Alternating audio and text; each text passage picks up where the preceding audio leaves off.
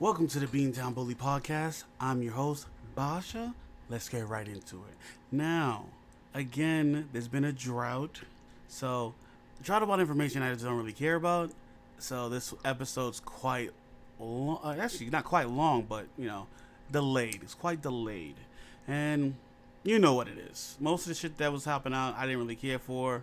Actually, I should probably talk about a couple things. But, let's just start with video game news first. Now, post Spider-Man remastered, the first one, I had high hopes for this game. Again, it's not a bad game, but I feel like it's one of those things is like, you play it long enough, it's not offering you anything new. It's not like a Grand Theft Auto. It's not like any of the RPGs I'm playing. Like, the storyline was kind of meh, but I played it all the way through. I got Miles Morales. I'm going to need to start. I'm not going to start that anytime soon. I'm on my CD Projekt Red Cyberpunk stint right now. I even hopped back into Ghost Recon for some reason. But Spider-Man itself, the first one, the remastered version, that came with all the DLCs. I hadn't, again, Spider-Man games are, their starting off point is literally like, they're above average. Because everyone likes Spider-Man. So, but you know what you're getting when you get this Spider-Man games. You know what you're getting. You're going to be swinging 80% of the time. You might have to do some random activity to save a fucking someone getting kidnapped or someone robbing a bank. Again, that's not like a lot of other superhero games does that. But once you're doing that so much, it starts to just wear out its welcome. The variation in the side missions, like within like the first 2 hours, you probably run through all of them, and then when you start seeing them again and again, it starts getting to you. By no means, I would say this game is a skip. If you fuck with Spider-Man, you fuck with what they're doing with these games, I wouldn't say this game's a skip, but I would definitely know what you're getting into. Now, since I wanted to beat this game all the way through, it probably suffered because of that, because I was torturing myself, like, all right, I gotta beat it, and keep coming back. Now, early hours of the game, I wanted to know what's going on. That certain parts of the game, once I get to the DLC section and everything like that, it reinvigorated my love for the game. But in between those like story points, I was like, it was pulling teeth. Now, again, since I'm very late, there's already a Spider-Man 2. There's already Miles Morales. They're planning on making the Wolverine game. They have a Venom game coming out. Is this going to saturate the market? Like, there's too much Spider-Man things happening. Because you're not really going to change up the bulk of your gameplay with that. But does that take away from the world building that they're doing? Because we can say the same thing with Grand Theft Auto. Part 3 set the bar. They've added some more things onto it, but are we going to see a drastic jump from Spider-Man 1, 2, Miles Morales to Venom? Are we going to see a drastic jump in changes? Or is he still going to be web-slinging around the neighborhood? Is that more web-slinging we have to even deal with? That's just my opinion on that. But back to the remaster. Now, again, open world-ish game. There's pros and cons with that. There's a lot of filler stuff. Again, if you're in deep, this is a great game. Like, you're falling in love with the side missions in general. Like, I don't think they're as hard hitting. The clearing out bases and stuff like that, or crime fronts, whatever they're named. I don't know if that's really something I wanted to jump into constantly. Again, I was doing it to unlock some of the costs and stuff like that. So it gave you things to do. It padded up the time on time to beat and stuff like that. Still fuck with the game. Now, I did love Jameson talking all that shit about Spider-Man, man. That was the funny part. Again, it mirrors what's happening in the real world right now. You know, the right and the left coming at each other's necks, blah, blah, blah. Like, it was good. Just the sheer Spidey slander had me dying inside. The sheer Spidey slander Again, they try to make it a little bit more modern, having like people having Spider-Man have a Twitter feed and stuff like that, or whatever that was. That was cool. I again, I always like when games mention the shit you do in the game, like either on the radio or someone's talking about it when you're walking on the streets. I do like that. It makes the game more realistic, makes it more immersive. I like those aspects of those games. That should be a lot more games. Like I like when it seems that I'm infecting the game in some type of way. Again, it's a very superficial because they're just reading off a script, but I like it enough to be like, oh, I did that shit like a couple missions ago.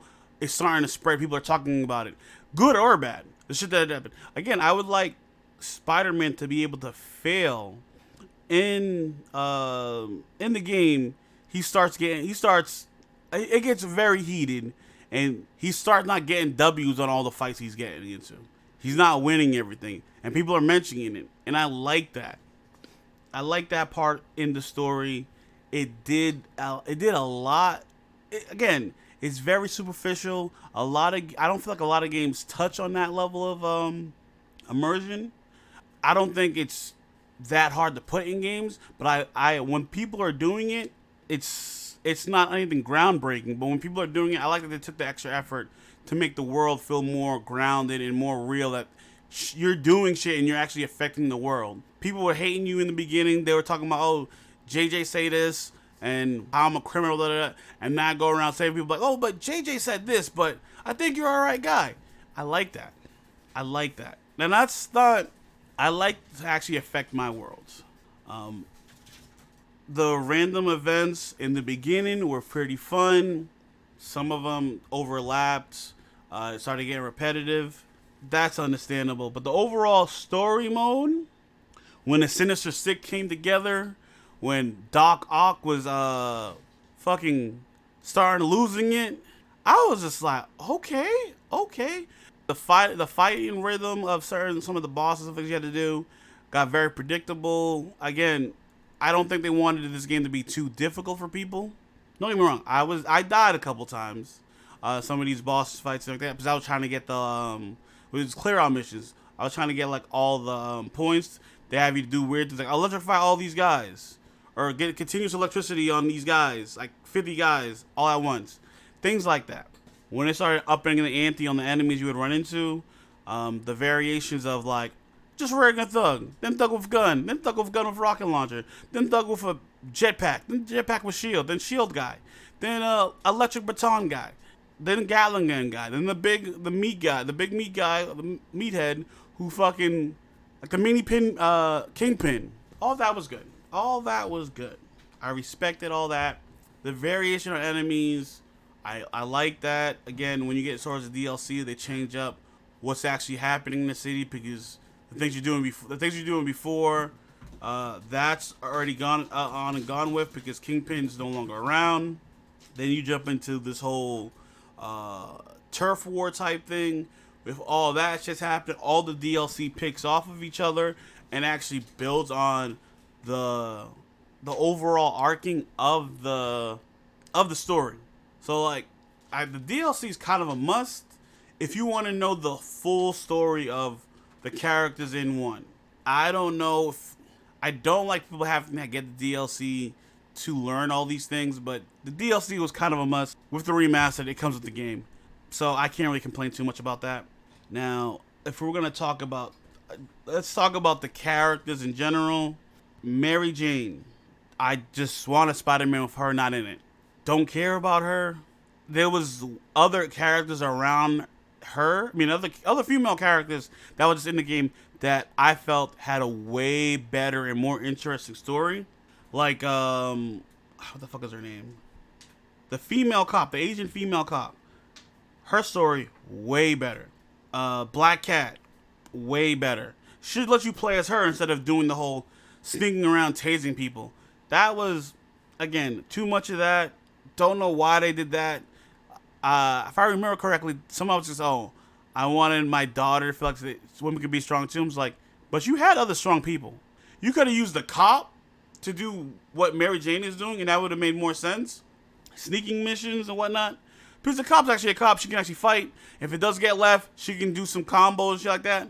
That was, I think this was a quick cop out of a stealth mission that clearly is just like, if you get caught, automatic game over. They just want to throw that in. But that was just dumb gameplay. They relied on that. That was dumb gameplay.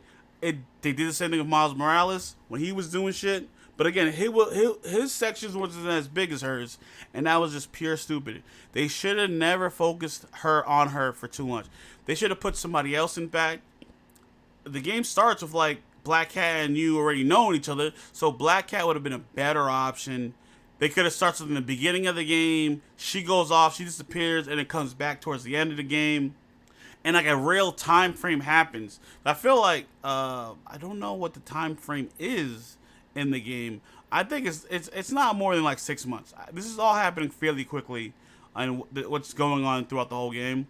So I'm probably saying like I think 6 months is probably like the best it could probably be, because I feel like what's happening is it feels like it's fairly quick and everything is happening.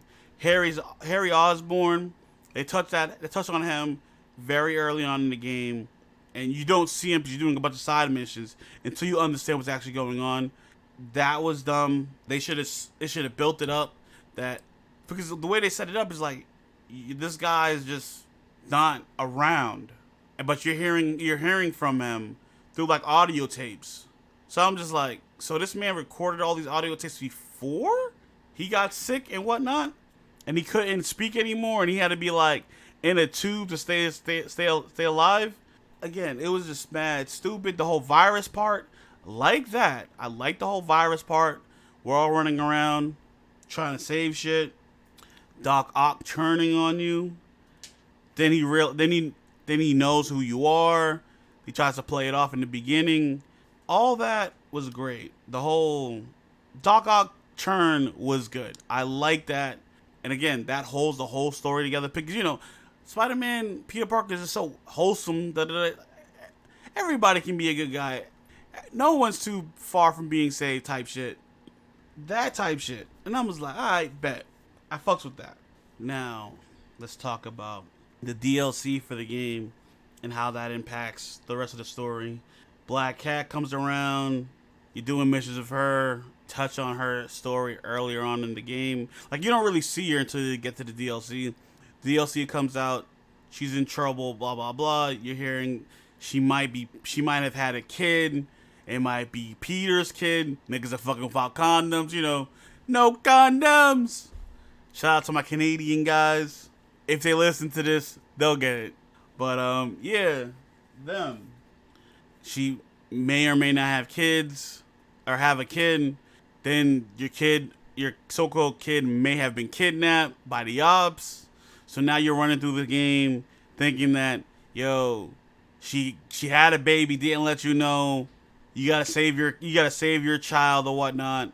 Towards the end, you realize there was never a kid. She was just using you. And then the shit explodes and look like she dies. You thought she's dead. Also, you get a new costume from doing her missions. Like the costume. Costume is nice. That shit hits. I'm like, alright, damn. Blew her up? Alright, cool. Realistically, I didn't really think that she's really dead. But you don't know. They can just do weird shit in the story. Just like, alright, let's just make her kill her just to be different. But you come to find out that wasn't true. Then she never even had the kid. And cool. That all happens. Also, while you learn that you may or may not have a kid, you call up Mary Jane, you talk to her about it. And I was just like, yo, nigga, this on and again, off again, this bitch don't know what she wants, knowing that she's a superhero. I just hate the whole cliche of like, your significant other knows you're a superhero, and they expect way more from you now that you're a superhero. I'm like, bitch, if I'm going out web slinging and I'm saving lives, I can't show up to your bullshit events. The movies touched on this, like a lot of avenues with the fucking overall Spider-Man arc.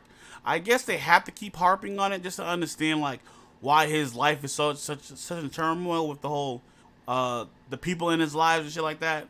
Like, again, if his priorities out here saving people's lives, the dumb shit about, oh, you couldn't show up to my event, I'm mad at you now, blah blah. All that makes sense.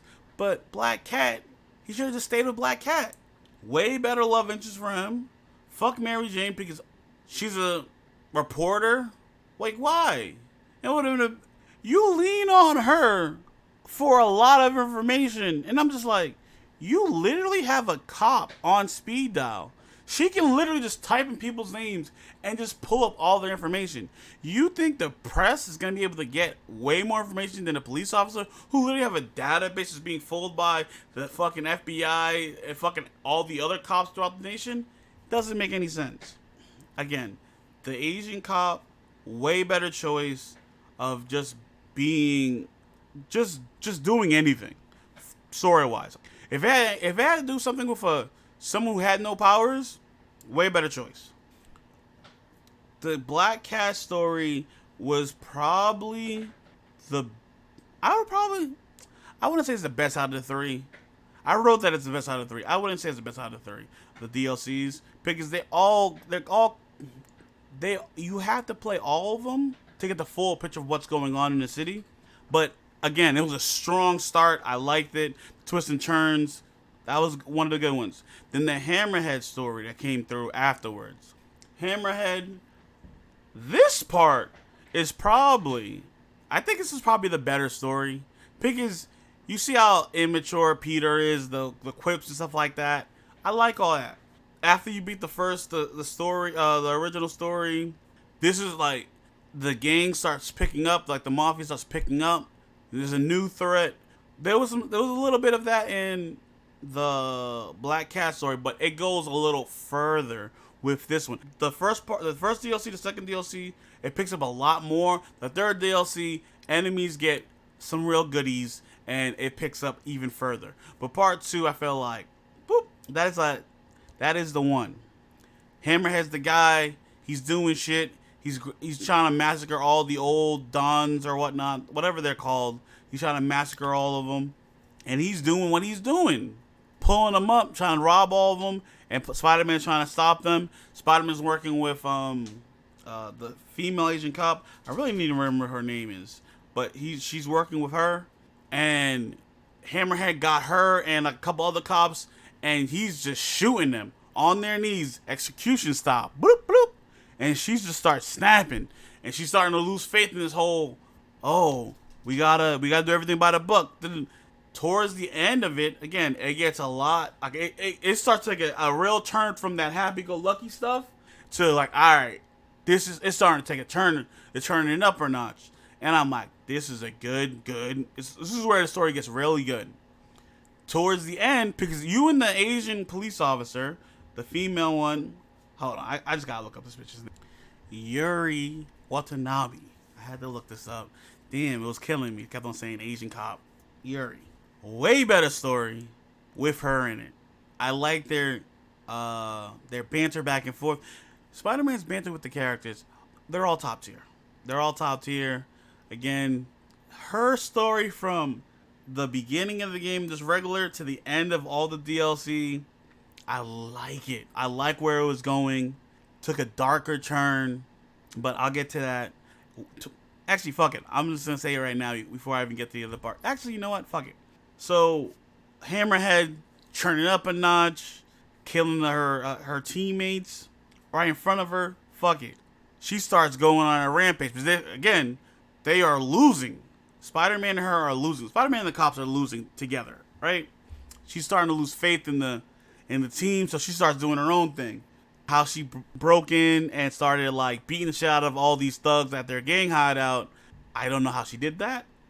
Maybe she sleep bombed them. Because again, they look like she walked in there and started beating the shit out of everybody. So multiple flashbangs. I don't know. Train thoughts. However she did it. Again, I wanted to know how she came up to just doing all that to all those enemies. I need to know. Because she doesn't have any superhuman strength. Let's just let that go for now. So she did all that. Cool. If she can do all that with just regular smuggler, this is why she would have been a way better character to play as than Mary Jane. Just, it was interesting her being a cop, her believing in the law, blah, blah, blah, and her slowly being disillusioned with it and what's going on in the city.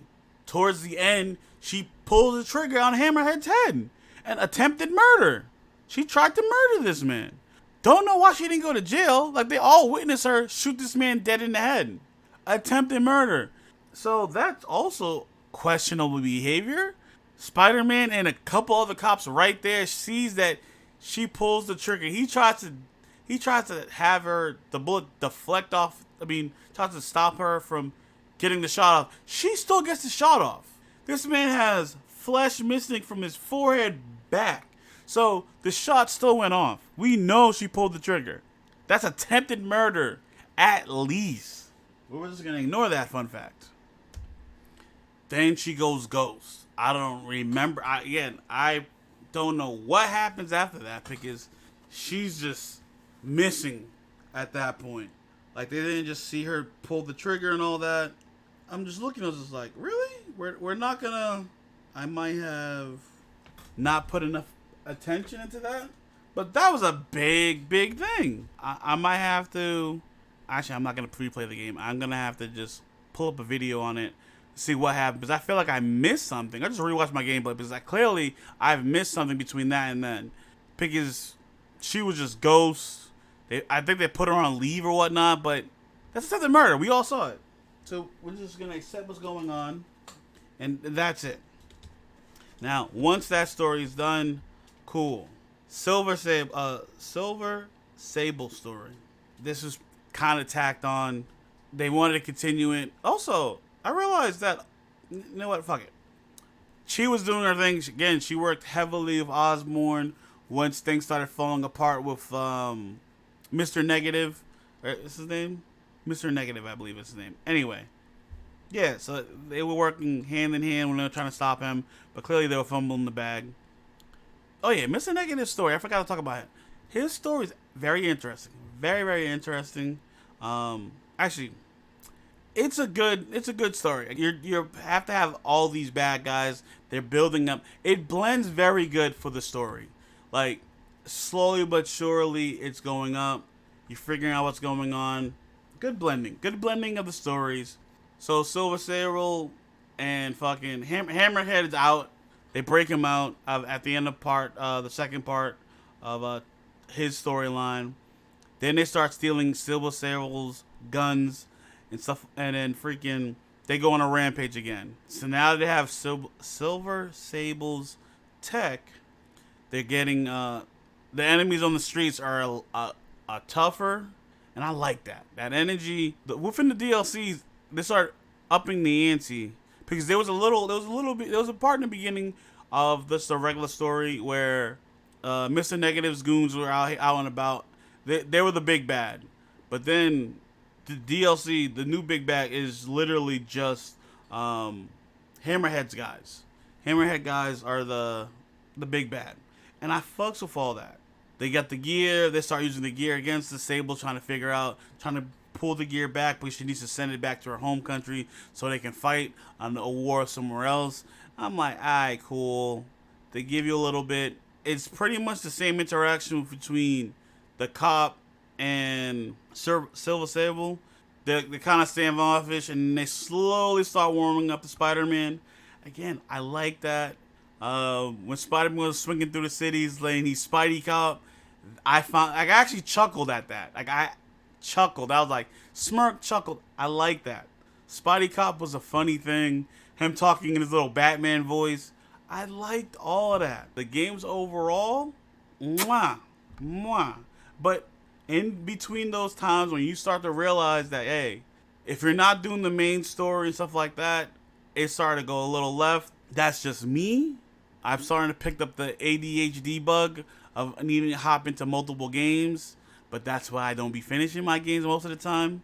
I'm doing a lot better, but that's clearly the problem. But back to Silver Sable's DLC. You get to her, you fight Hammerhead again. Now Hammerhead is like a half man, half machine part. Did not care about that. That was dumb. They probably should have used another guy. They should have got like a henchman of his. Move on to some other big bad. But they didn't. So I'm like, alright, fuck it. You team up with Silver Sable. You do what you need to do. She finally gives you that high five you've been yearning for throughout the whole entire fucking game. Will she, won't she? Again, Spider-Man breaks him down. You do that, she wins. She's able to get back her items for her to defend her lands, and that's the end of that. Overall, remastered. I'm very happy with the remaster purchase. Again, because I got it for the Lolo, and all the DLC was worth it.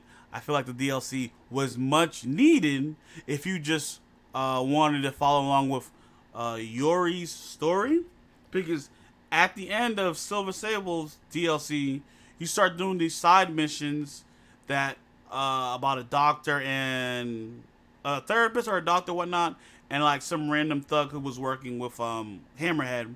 You find all the voice recordings to find out that the doctor was an undercover cop and he got killed. That's pretty much what started her on her going down like this weird line and whatnot. It's Hammerhead, like she's a real problem with Hammerhead, and that's how it started. Just needing the DLC to just wrap up Yuri's whole story was kind of, you can get the whole thing. I felt like having that all the way at the end, because you don't see her again after that point. Like after the Turf War DLC, I don't think you see her again. And then he starts moving on, and then at the end of the other DLC, you see that she does this. And I'm like, alright, cool. She talks to you like one last time, and then she like drops off. And I'm like, fuck, that is a way more interesting character. This is why I've been shitting on Mary Jane the whole entire time. So I'm just like, this is a way better story. Because again, seeing Mary Jane do her shit was stupid. Like if you played as Yuri and then you slowly but surely see that the things happen, because you should have been able to play as her and then her get got in her team, and then they're getting, like if you were to play all those scenes, it would have hit a lot harder because you knew what was going through her head. You slowly start to pick up what's going through her head, and I'm just like, if you were able to play all that instead of just being just seeing cutscenes and shit that's happening, it would have been more impactful. Again, I'm not saying it didn't do a good job with the overall story, but it would have been a lot more impactful if you did it that way. And that's all I gotta say about that. Remastered, very good. Just again, there's gonna be a lot of downtime between doing the same vehicle rescue missions, spider bart missions. Like again, it starts to get repetitive. Open world games get repetitive at some point. It is what it is. There's only so much you can do within the game outside the story. But overall, Yuri's probably the best character in the game. That build up to that ending, and again, you were working hand in hand with her throughout most of the game. They just wanted to throw Mary Jane like a leg up and have her do actual missions, which was pure stupidness. Because if you would have had Yuri do those, you know how crazy it would have been? If you would have been like giving Yuri the intel and she started moving on your intel, and then something happens, her team gets caught and gets shot up, that would have been a way better story. Way better story. And you playing as Yuri while all this is going down. But again, I felt like they didn't do it. They did enough for the character. I just think they did too much for Mary Jane. Mary Jane should have been a shy character. I feel like she should have just been feeding you intel if she could. Because I guess they really wanted to build up the whole Mary Jane concept. I feel like the phone calls were good enough with Mary Jane. I don't think you really needed to do like the actual missions with her. Yuri, for some reason they took a step back from Yuri on that concept. Yuri's in a lot of cutscenes, but I felt like she's more of a main character than Mary Jane is. Just in story wise, better story, just better. She's just written better. Why throw in some person who can't defend themselves as a character you do, and then multiple times? I'm gonna sneak into this warehouse full of bad guys all the time. I have to shit on Mary Jane for people to understand. Like, if you're looking at the characters you could have played as, if you wanted a female character, Black Cat, Yuri, Sable, playing as any one of those other characters would have been a lot more interesting. They should have let you play as these characters. Like when you're not playing as Spidey, they should let you switch over and play these characters so you can see things through their point of view. That probably would have been a lot more than they wanted to do, because now they're building up around a whole new character. I'm like, alright, cool. But I felt like the sneak missions could have been Yuri. She's just trying to get information. I just don't care for any of the Mary Jane gameplay when we clearly have someone way better. Yuri could have been used, or Black Cat could have been used, but they wanted to make it more grounded and not have another super walking around. Yuri would have been the better option, and her storyline would have hit more if you played as her. That's all I gotta say about Spider-Man Remastered. I like what I played. I was just, the Mary Jane scenes was not necessary whatsoever. They wanted to build up this whole their relationship part. I understand that. The phone calls and shit like that. Just the way they were treating us like Osborn. They could have did the same thing with fucking Mary Jane. Could have did the same thing with her. And that would have solved that problem. And that's it for that.